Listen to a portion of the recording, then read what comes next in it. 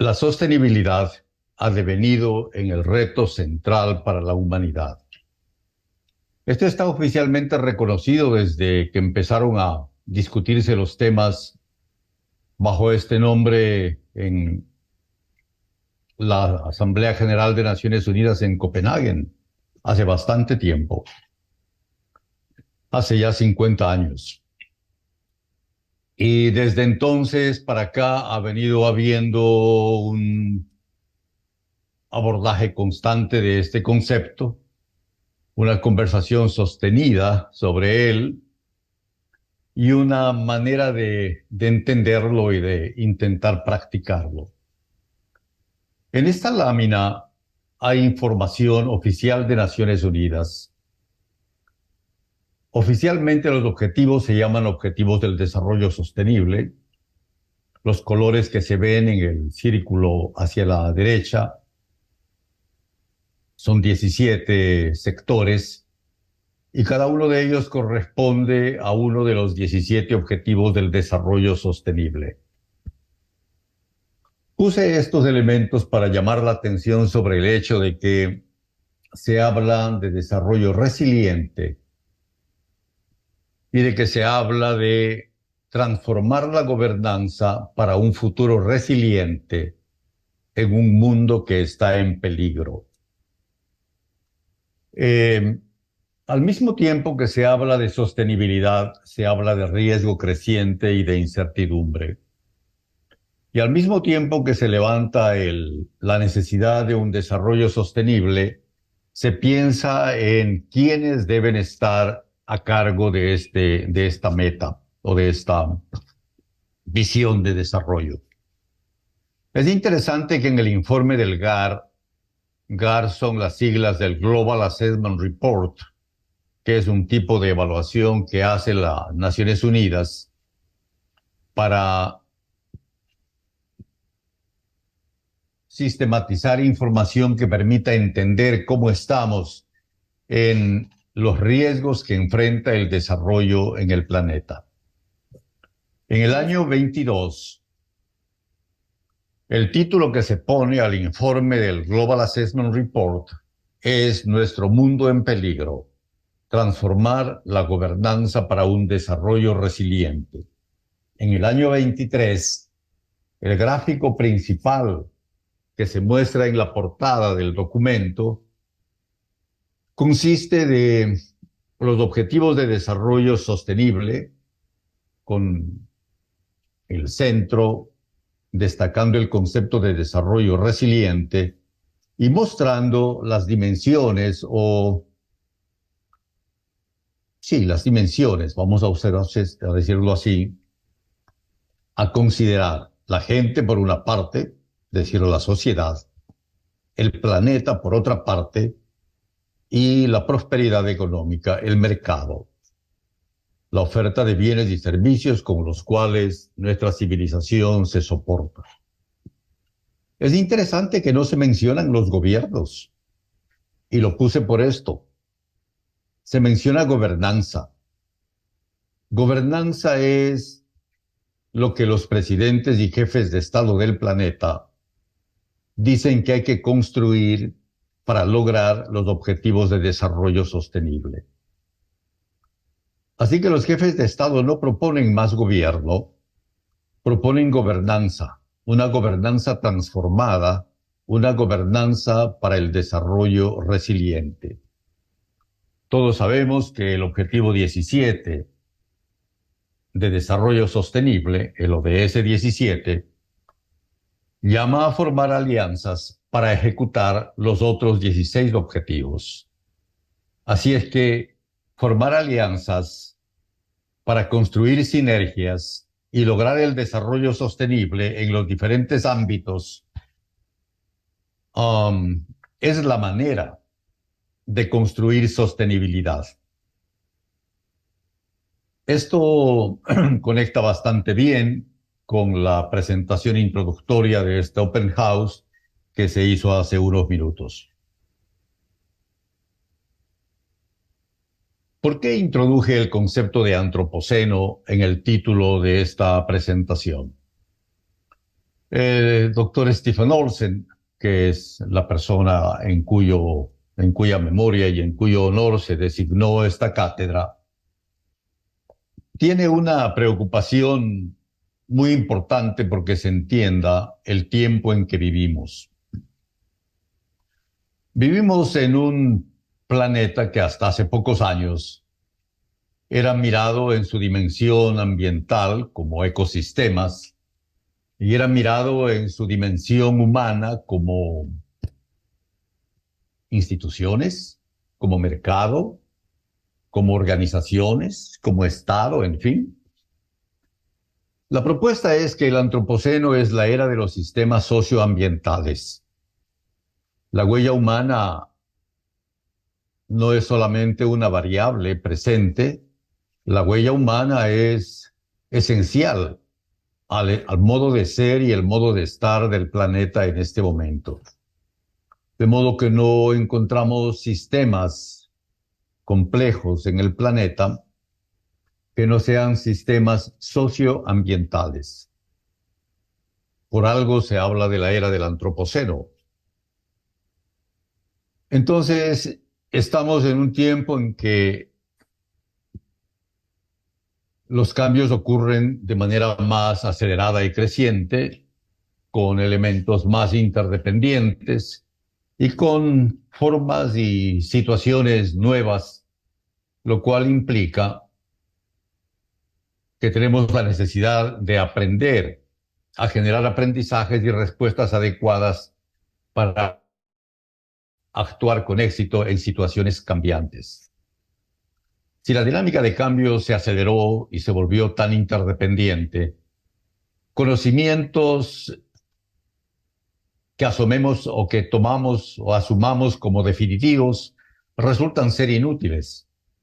Es la flexibilidad, la adaptabilidad, la conciencia del cambio, la anticipación al cambio, lo que caracteriza a la acción humana en este tiempo y lo que debe caracterizar a la acción humana inteligente en este tiempo.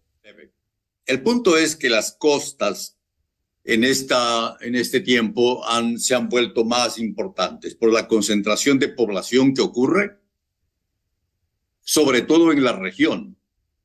ONU Habitat proponía que tendríamos el 50% de población urbana en el año 2050. Pero ahora mismo en América Latina estamos entre el 70 y el 80% de población urbana. Así nuestra región está teniendo ya una concentración muy, muy grande de población urbana. Y un señalamiento bien importante para nosotros es que mirando lo que está pasando en el mundo y la necesidad de hacer manejo basado en ecosistemas, es decir, manejo que integra diferentes componentes, manejo integrado, manejo que mira lo privado y lo público, que mira lo local, lo nacional y lo internacional, que mira lo económico y lo político, que mira lo gubernamental y lo no gubernamental. Nos parece que las experiencias de manejo costero integrado o de manejo en ecosistemas, costeros o no, vienen a ser experiencias tempranas de lo que el mundo necesita en este momento en todas partes. De manera que los aprendizajes que han ocurrido en el mundo del manejo costero adquieren un valor particular en este tiempo. Y quiero hablar un minuto de este tema de la integración. El manejo costero integrado integra ciencia y manejo para comprender y actuar los efectos socioambientales de la actividad humana. Esto es particularmente importante porque es la actividad humana la que ha producido los cambios que han llevado a que hablemos de sistemas socioambientales. Y en este tiempo tenemos dos tareas. La una es pasar de una energía basada en fósiles, en combustibles fósiles, a energías limpias. Y este es todo un cambio en el soporte del desarrollo. Pero el otro tema que tenemos que hacer es aprender a construir prácticas deseables y sostenidas en los sistemas socioambientales de todo el planeta, pero sobre todo costero y marino costeros, que es el ámbito de interés de la cátedra. Entonces, en un mundo cambiante, aprender a cambiar y a guiar el cambio es absolutamente esencial. Y este cambio ocurre en la base de la energía que soporta el desarrollo y ocurre en los usos y en los impactos que generamos por los usos en el medio en el que vivimos. La propuesta de la cátedra es que con la ciencia y la política formal no alcanza y que uno de los componentes esenciales es el cuidado. Como dice la gente que trabaja en la ética del cuidado, el cuidado nos permite en cada desarrollo reparar los daños del pasado y prevenir los daños futuros. Esta doble mirada del cuidado en relación con lo que pasó y hay que corregir, en relación con lo que puede pasar y hay que prevenir o mitigar, esta doble mirada es esencial en el manejo y es la base de la adaptabilidad necesaria y de la flexibilidad necesaria. Es bien importante que veamos la conexión entre lo que ahora estamos diciendo y lo que se viene diciendo desde el tiempo de la Comisión Brundtland. En el año 87, la introducción del informe Brundtland dice: el medio ambiente es donde vivimos todos y el desarrollo es lo que todos hacemos al tratar de mejorar nuestra suerte en el entorno en el que estamos. Ambas cosas son inseparables. Esta afirmación se puso en el informe, según explica la presidenta de la Comisión Brundtland, porque unos miembros de la comisión insistían en manejar la dimensión ambiental como solamente natural y el desarrollo como algo no vinculado con la naturaleza. Y la afirmación que proponen en el informe, en la parte introductoria, es un antecedente claro del reconocimiento actual de que los sistemas que tenemos son sistemas socioambientales. La segunda afirmación de la Comisión es que vivimos en una época en la historia de las naciones en que se necesita más que nunca la coordinación de la acción política y de la responsabilidad. Estamos hablando de responsabilidad individual, responsabilidad institucional, empresarial, responsabilidad intergeneracional, responsabilidad en sus diversas dimensiones. Y la tercera afirmación es que estos retos van más allá de las divisiones limítrofes nacionales, más allá de las estrategias para conseguir ganancias y más allá de lo que pueden las disciplinas de la ciencia por separado, lo que pueden y lo que abordan por separado. Se trata, por lo tanto, de un desafío nuevo, de una cierta manera, muy complejo, y que debe tener y nos invita a una posición de alerta permanente. Con vista a estos aspectos es que se han pensado los módulos de este diplomado, que son 4. Hay un módulo que atiende los fundamentos teóricos y conceptuales. Hay un módulo que pregunta y discute los temas de gobernanza para manejo integrado de zonas costero. Y si vamos a estar modificando la gobernanza, necesitamos un punto de partida, una línea base, para mirar con referencia a ella qué cambios vamos logrando y cuáles resultan más potentes y cuáles menos. Luego de estos 2 módulos, el uno teórico conceptual y el otro operativo, cómo construir alianzas para llegar a las metas que convienen local y nacionalmente, que convienen a las personas, a las comunidades y al ambiente, que convienen al presente y al futuro. Entonces, los participantes en el módulo irían a realizar una práctica. Aplicando estos fundamentos teórico-conceptuales y utilizando las herramientas de gobernanza para mirar los casos de manejo costero de los territorios en los cuales ellos viven y leer los procesos de cambio costero desde los fundamentos conceptuales y mirar los arreglos que existen en cada zona, las alianzas que existen en cada zona, las herramientas que se utilizan desde las recomendaciones de la cátedra.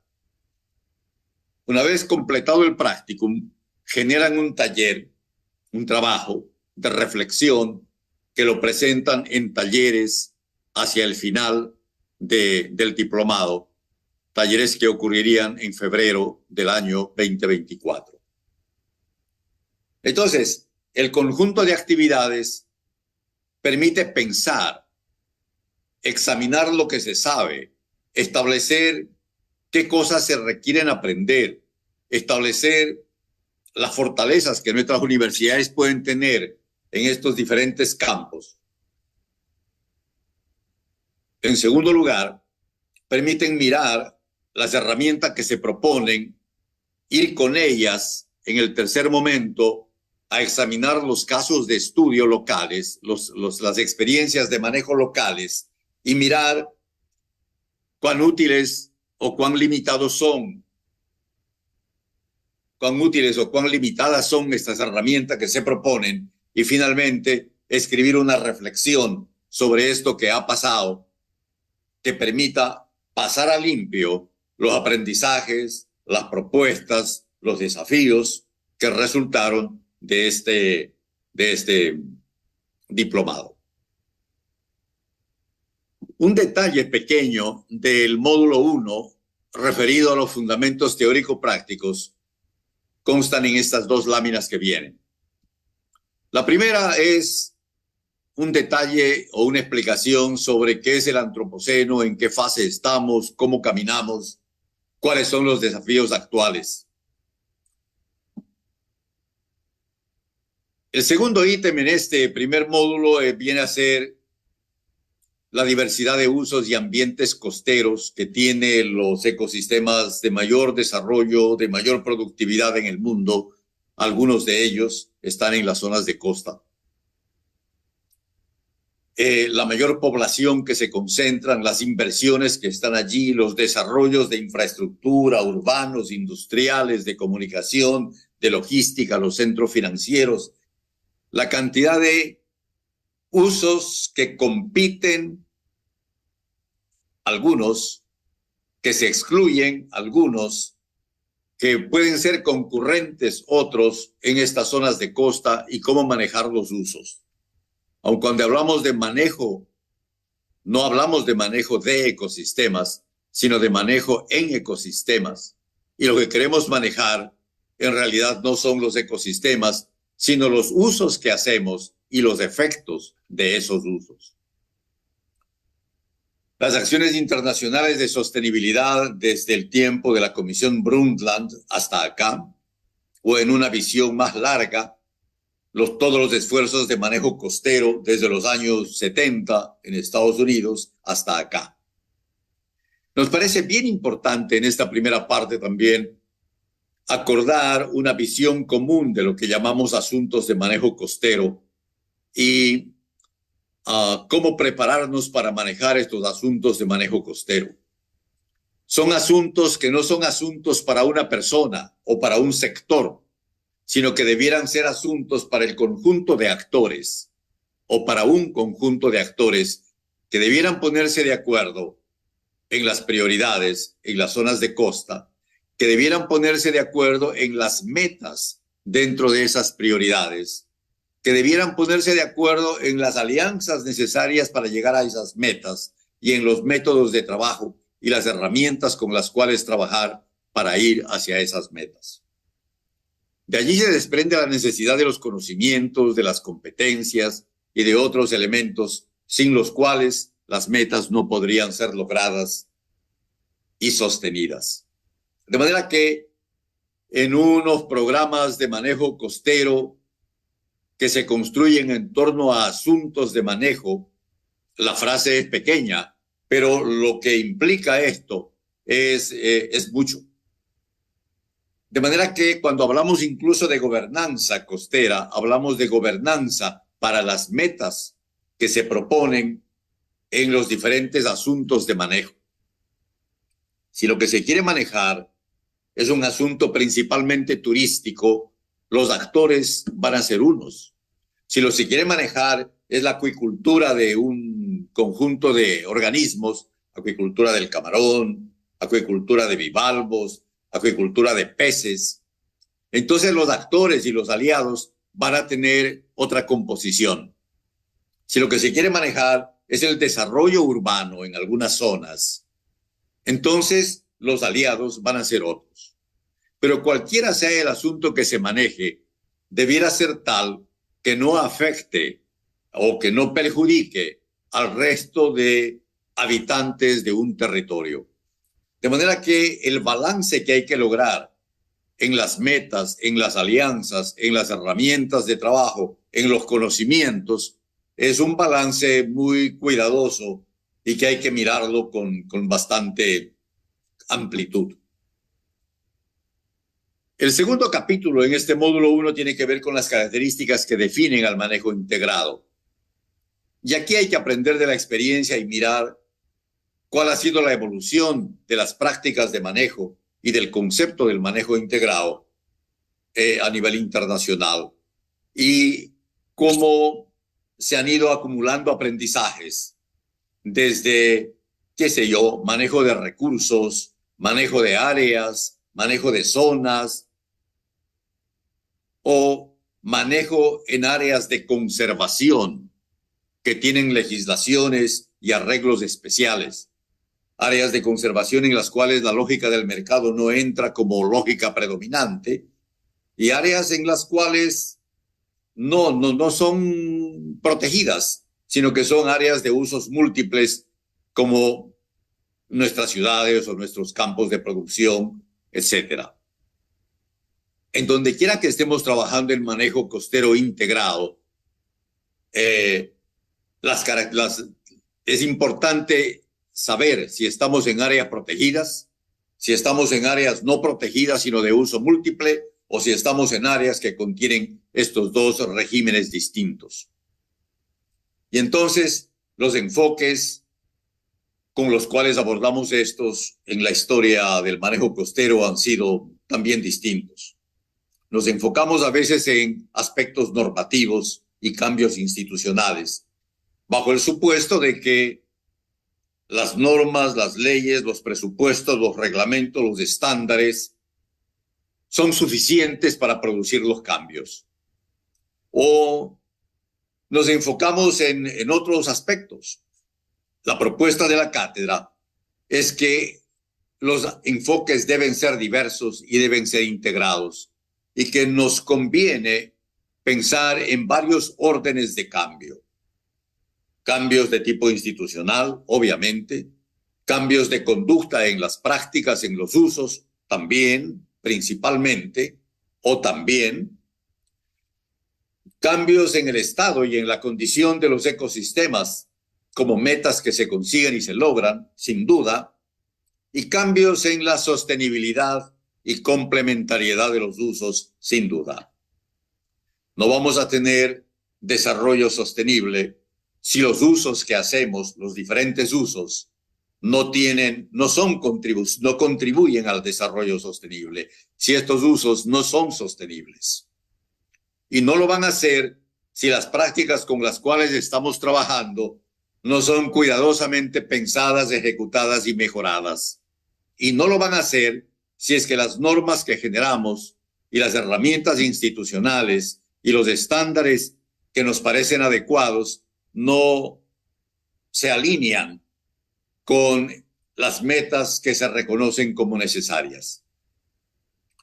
en sistemas socioambientales cambiantes, con asuntos de enfoque, con programas que se organizan para asuntos claves y metas dentro de esos asuntos claves, con alianzas y sistemas de gobernanza para llegar a esas metas, es como hemos ido formando la propuesta de la cátedra.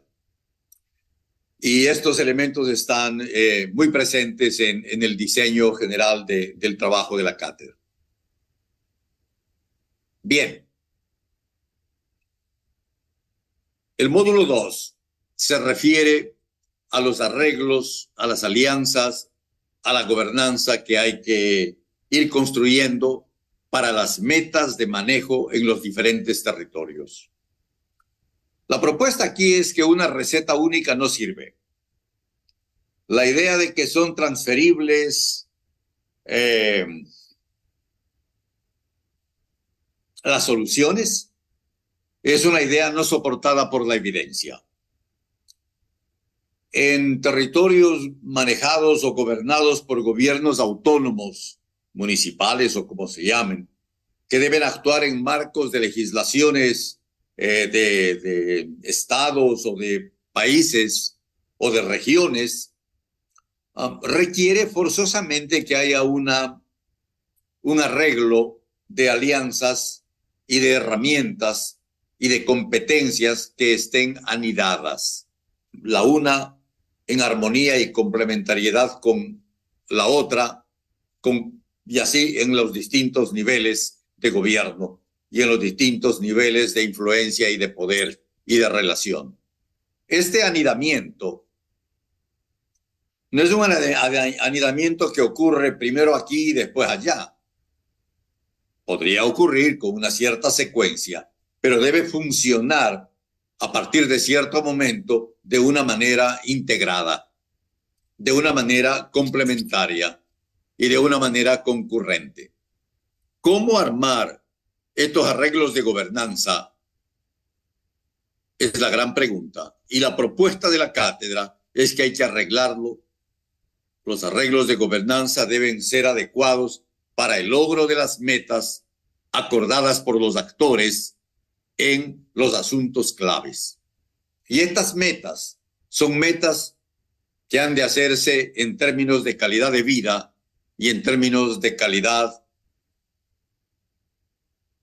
de los ecosistemas y en términos de proteger la democracia y los derechos de la población. Entonces, los diferentes asuntos de manejo han de ser coherentes con las metas que se quieren lograr en términos económicos, en términos de bienestar social y democracia y en términos ambientales. Son metas en esas tres dimensiones.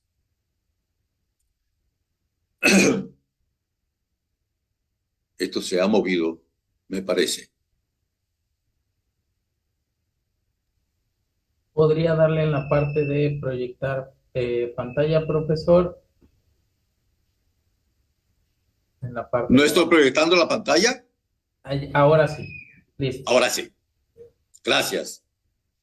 Entonces, vamos a estudiar algunos casos que nos muestran cómo se ha abordado y ejercitado las herramientas de la cátedra. Y son casos que tocan el sur de la América, la parte de norte de Sudamérica en Colombia y un poco en la Laguna de Rocha y también en España, otro caso. Casos muy diversos, de ambientes muy distintos, que dan ocasión para conversaciones, preguntas, y reflexiones muy diversas. La diversidad es un elemento clave en todo esto. El módulo 3, ya lo dije, es cómo ir a terreno, mirar en la propia realidad las experiencias o proyectos de manejo, aplicar los conceptos que se han mirado, las herramientas que se proponen, hacer una lectura de estos procesos y de estos cambios, y luego el módulo 4, generar un informe con el cual que se va a llevar después a un taller o de presentación de resultados. Aquí hay un gráfico pequeño que permite ver las herramientas que se usan. Nos interesa mucho ver la historia, el proceso que ha seguido una experiencia de manejo. Nos interesa mucho ver cuáles son las alianzas. A eso se refiere la parte superior de este triángulo, el vértice superior. Y nos interesa ver cuáles son las metas y las alianzas y los cambios de prácticas y de usos y los resultados obtenidos en el segmento de la derecha de este triángulo. Estos tres elementos que he tratado de destacar en la conversación previa.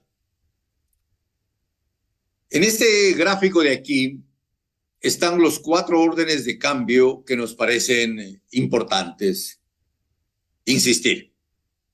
Cambios de orden institucional, donde se identifican los actores, los jugadores, se ponen de acuerdo en las reglas del juego y se ponen de acuerdo en las competencias que a cada quien corresponde y en sus responsabilidades y contribuciones. Se alistan aquí los reglamentos, las alianzas, los ajustes. Lo que hace falta son básicamente decisiones de autoridad y estudios técnicos que generan el conocimiento para que las decisiones puedan hacerse con mejor inteligencia. El segundo orden corresponde a los cambios que hay que hacer, sea en los usos turísticos, sea en los usos de desarrollo urbano, sea en la pesca o en la acuicultura, sea en el manejo del agua o sea en las áreas protegidas o en lo que fuere. Aquellas cosas que hay que cambiar para mejor. Y estos cambios ocurren en las personas y ocurren en las instituciones, sean en las empresas o en las oficinas de gobierno o en el sistema financiero o en los sistemas de ejecución o de lo que fuere. Son cambios en las prácticas de los diferentes actores. Y de los cambios que se establezcan en las normas, en el primer orden, y de los acuerdos que ahí se hagan, y de los cambios que se hagan en los usos y en las prácticas, va a resultar que se llegue o no se llegue a las metas de tercer orden que se han fijado. Y estas metas son contribuciones a la visión de desarrollo que queremos para nuestros territorios.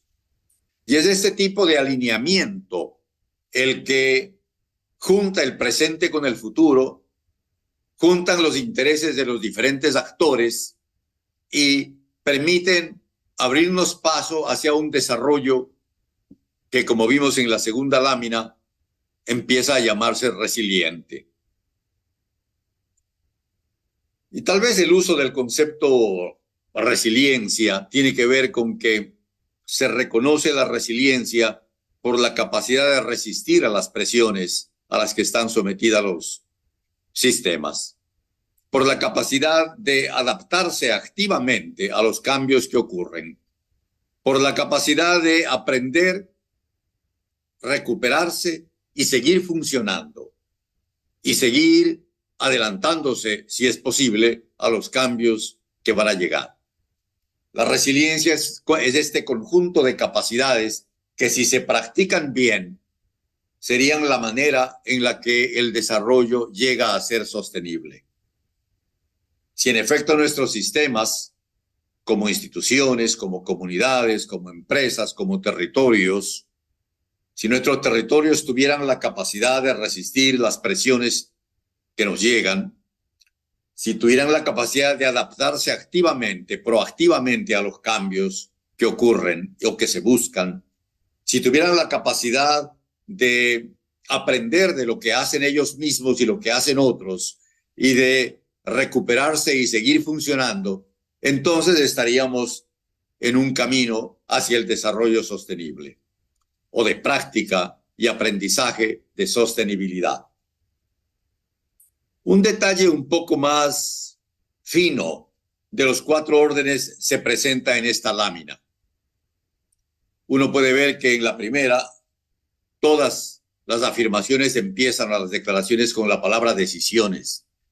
Decisiones o acuerdos que establecen los asuntos de manejo, las metas y los planes. ¿Estamos de acuerdo en el qué? Decisiones que alistan a los jugadores y arman las estrategias y los acuerdos, alianzas y formas de participación. ¿Estamos de acuerdo en con quiénes y cómo? Decisiones que aprueban el programa y establecen la autoridad de los fondos. ¿Estamos de acuerdo en las competencias y responsabilidades y compromisos que cada quien va a adoptar y a cumplir? Decisiones que arman los arreglos administrativos y la capacidad técnica de ejecución y la logística para las metas. Todas estas son llamados a ser conversados entre los actores una vez que se han puesto de acuerdo en los asuntos de manejo, las metas y los planes. Y a pasar revista a las decisiones que deben hacerse o se han hecho para crear las precondiciones con las cuales ir a los cambios de usos que están en el segundo orden y para lograr los resultados que están en el tercero y hacer las contribuciones que se prevén en el cuarto. En una lámina anterior se destacó el cuidado, la responsabilidad y el compromiso de las naciones y de las instituciones, de las empresas, de las personas, de las organizaciones, etc. La ciencia nos explica mucho, pero no es suficiente. Necesitamos un componente de cuidado, un componente de ética, un cuidado de precaución, un cuidado de asegurarnos de que los derechos están siendo respetados, fortalecidos, cumplidos. Construir un mundo que le da unos territorios, que les da esperanza a la gente, para que el desarrollo no desemboque en la polarización y en la desesperanza de un importante sector. Esta es la lámina final. Esto no es posible si es que el conocimiento que se construye y con el que se forman nuestros profesionales en las universidades no mira los territorios, no mira los procesos concretos y no prepara a los profesionales a actuar en la realidad cambiante en la que se vive. Prepararse para una profesión que va uno a tomar cuando tiene 20 años o 23 años y en la cual se va a jubilar es algo que corresponde a mi generación. Y yo tengo 70 y más años. Pero no es eso lo que ocurre en este minuto en el mercado laboral o en el mercado del trabajo en el mundo. Cuando los estudiantes ingresan a una universidad a sus 18 años, el mundo laboral es uno. Y cuando terminan su maestría a los 25 años, 26, 24, 23 años, el mundo laboral es otro. De manera que prepararse para una profesión en la cual se va a jubilar responde a una realidad que ya no existe. Prepararse para actuar en un mundo que está cambiando constantemente, en unos sistemas socioambientales en los cuales la interdependencia crece, en un escenario donde el cambio climático y los eventos extremos generan situaciones muy dinámicas y no previstas que cambian el escenario, es algo que obliga a las universidades a repensar su rol.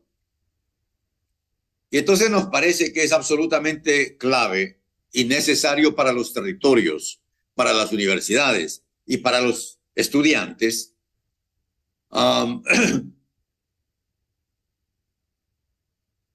fortalecer la relación entre el conocimiento y la práctica, fortalecer la relación entre la investigación y la práctica.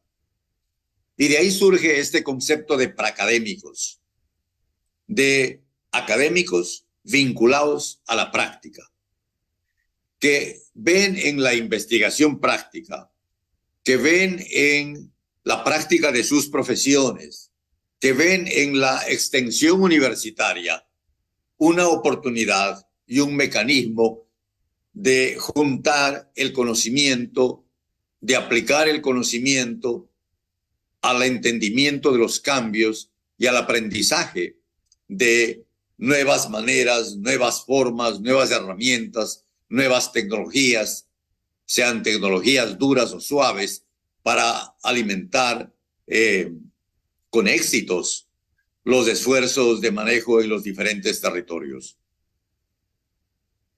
Y las universidades costeras tienen, en este escenario tan cambiante, la oportunidad de mejorar su rol en estos dos aspectos claves: en modificar la visión de los profesionales a formar y pensar en la conveniencia de formar académicos ligados a la práctica, académicos practicantes para incidir en sus contextos territoriales y temáticos. A la práctica puede ser en las industrias, puede ser en el gobierno, puede ser en los usos en los territorios, puede ser en las tres cosas, pero formar académicos practicantes, y en el caso concreto de este diplomado, académicos practicantes como para académicos costeros. Y un segundo elemento o un segundo papel, asumir un rol de liderazgo social en la formación de redes interinstitucionales e interdisciplinarias de colaboración. Hay pocas entidades en nuestros territorios mejor dotadas que las universidades para este rol de liderazgo social. Las universidades son respetables por el papel que cumplen, por su cercanía al conocimiento, porque no son partidos políticos, porque pueden mirar con objetividad, porque usualmente hay diferentes puntos de vista desde diferentes asignaturas y profesiones, y también desde diferentes miradas sociales, de ingeniería, de política, de legislación, para tratar los diferentes asuntos. Y esta pluralidad es una riqueza, igual que en la naturaleza la diversidad es parte de su riqueza. En el mundo del conocimiento, la diversidad y la integración de la diversidad es también parte de la riqueza con la cual las universidades contribuyen al desarrollo de sus territorios. Y entonces, si fuera verdad estos enunciados que hemos mencionado en esta presentación, y si tuviéramos que actuar en un mundo tan interdependiente y cambiante, y si los mundos profesionales han dejado de ser estáticos y se han vuelto tan dinámicos y tan interconectados e interdisciplinarios, entonces las comunidades de trabajo académico efectivamente podrían alimentar redes interinstitucionales e interdisciplinarias y efectivamente podrían fortalecerse si es que la formación es una formación que liga teoría y práctica. Y este es el desafío y el interés de la cátedra de apoyar y participar en este diplomado, que es el primero que se propone para trabajar con los fundamentos teóricos y metodológicos que propone la cátedra. Es una oportunidad y es un desafío, tanto para los profesionales interesados en esto, cuanto para los académicos interesados en esto. Muchas gracias.